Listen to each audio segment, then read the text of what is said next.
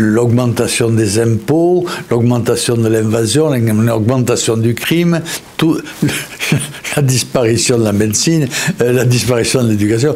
C'est terrible, hein, c'est terrible. Monsieur Bompard, bonjour. Bonjour.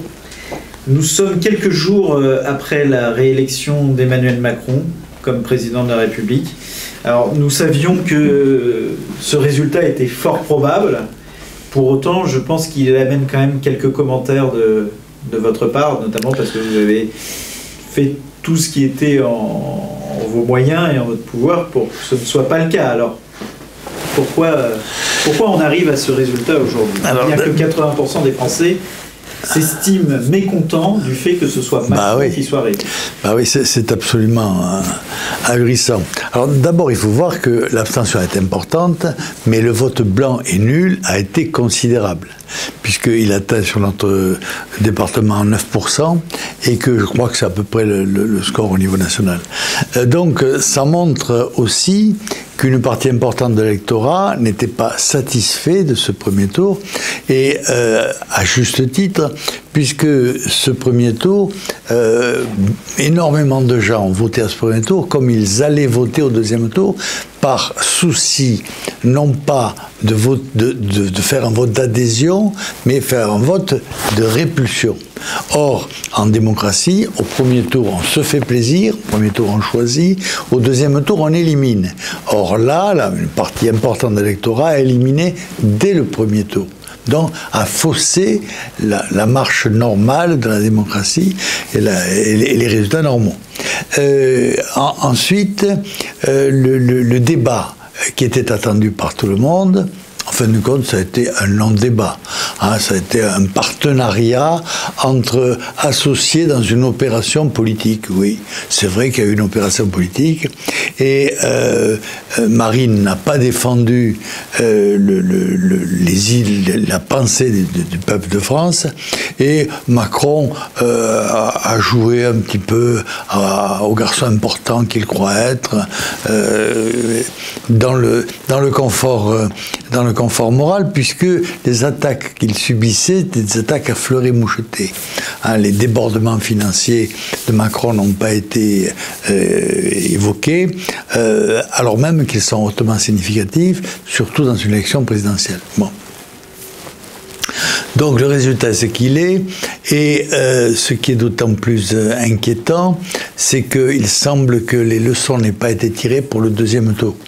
Ce que les gens n'ont pas eu à la présidentielle, ils auraient pu espérer l'avoir lors des élections législatives. Hein, et il n'aurait pas été incongru qu'il y ait un grand élan d'union de la droite ferme contre le reste qui est le ventre mou de la République et qui est la vente à volo de l'héritage de 2000 ans d'histoire à n'importe qui, et en tout cas aux grandes forces, aux grandes puissances de l'argent. Donc nous ne l'aurons pas, et donc les années qui s'annoncent dramatiques pour notre pays, et peut-être pour l'ensemble du monde d'ailleurs, mais ça c'est une autre chose. Si on avait pu tirer hors du jeu de destruction massive que nous assistons, si on avait pu en extraire au moins un petit peu, la France aurait été du pain béni pour notre pays. Or, on n'en est pas là. Tout se désagrège aussi bien au niveau international, au niveau national qu'au plan international, et cela est extrêmement inquiétant et nos moyens d'action extrêmement limités. Nous faisons confiance au localisme, et avec beaucoup d'inquiétude, parce que le localisme n'est pas à même de régler tous les problèmes. Hein, il peut rendre moins graves les problèmes locaux, non pas les régler, mais les rendre moins graves, mais son point d'action sur le national et sur l'international est nul, il faut bien le dire. Si je résume, on a 30% d'abstention à cette élection présidentielle, 10% de vote blanc et nul, ce qui nous fait quand même 40% sur les inscrits, parce qu'il y a beaucoup de gens aussi qu'on sait être hors des listes électorales, qui n'ont plus voté depuis longtemps, voire même qui n'ont jamais sans plus inscrits, bien sûr. On sait qu'il y a eu même 200 000 personnes, je crois, radiées automatiquement à cause d'un bug informatique au niveau de l'INSEE maintenant qui tient la liste électorale unique. Donc on a quasiment la moitié des Français, en réalité, qui ne votent pas, qui sont hors démocratie. Voilà, hors de ce système électoral classique. Et combien votent par dépit? Alors là... Là, quasiment l'extrême majorité. On atteint 83-85% selon les sondages, puisque, comme vous dites, le vote de dépit a même fonctionné dès le premier tour. Donc on a un épuisement complet du système. Beaucoup d'analyses politiques, à droite comme à gauche, et notamment Patrick Buisson, mais d'autres à gauche disent la même chose, c'est que l'élection présidentielle n'a absolument pas rempli sa destinée cathartique, enfin l'expression à la fois de colère et d'enthousiasme qu'elle peut susciter selon les moments, que tout le monde est déjà résigné, relativement fataliste. Sur quoi ça débouche, ce type de situation, habituellement dans l'histoire? Ça débouche sur la crise, ça débouche sur la révolution, ça débouche sur le malheur. Et on voit mal, année après année, on voit la situation empirer, on voit le mépris des élites politiques, enfin, entre guillemets, des élites politiques, enfin, de ceux qui sont présentés comme tels, le mépris de ces gens-là pour le peuple, et l'augmentation des impôts, l'augmentation de l'invasion, l'augmentation du crime, la disparition de la médecine, la disparition de l'éducation. C'est terrible, c'est terrible. Ce qui signifie que là, à l'instant T, politiquement, malgré les législatives dans 1 mois et demi, 2 mois, vous ne voyez pas survenir une possibilité de rattrapage, d'espoir. Comme vous pensez que les tentatives un peu désespérées de Mélenchon qui se voit Premier ministre, ou même de Le Pen, ou même de Zemmour à côté, sont là pour amuser la galerie, mais ne seront pas suivis d'effet? Il n'y a de richesse que du travail des hommes. En fin de compte, une des caractéristiques du monde politique, c'est l'orgueil. Les hommes et les femmes qui sont élus ont tendance à se surestimer et à sous-estimer le reste de la population. Or, nous sommes tous dans ce même bateau, et il faudrait fédérer toutes les énergies pour se sortir des crises multiples qui nous entourent.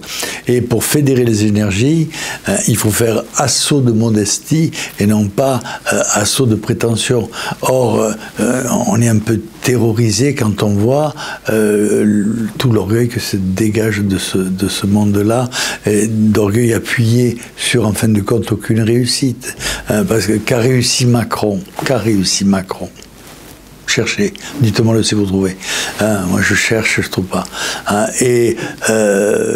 La communion qu'il faut instaurer entre les représentants du peuple et le peuple, on ne l'entend pas. On n'entend pas de candidat à ce travail-là. Or, sans ce travail-là, rien de bon ne sortira. Donc,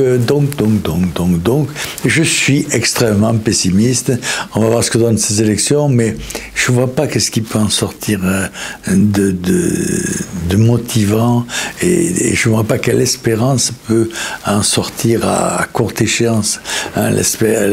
L'espérance, elle est dans les temps à venir, pour peu que l'on trouve des gens qui ont pour seul souci de se dévouer au bien commun. Hors du bien commun, point de salut.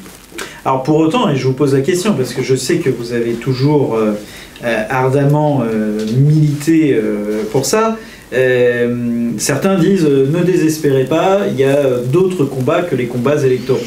Et sous-entendu, limite, ça ne sert à rien, on ne gagnera jamais sur ce terrain-là.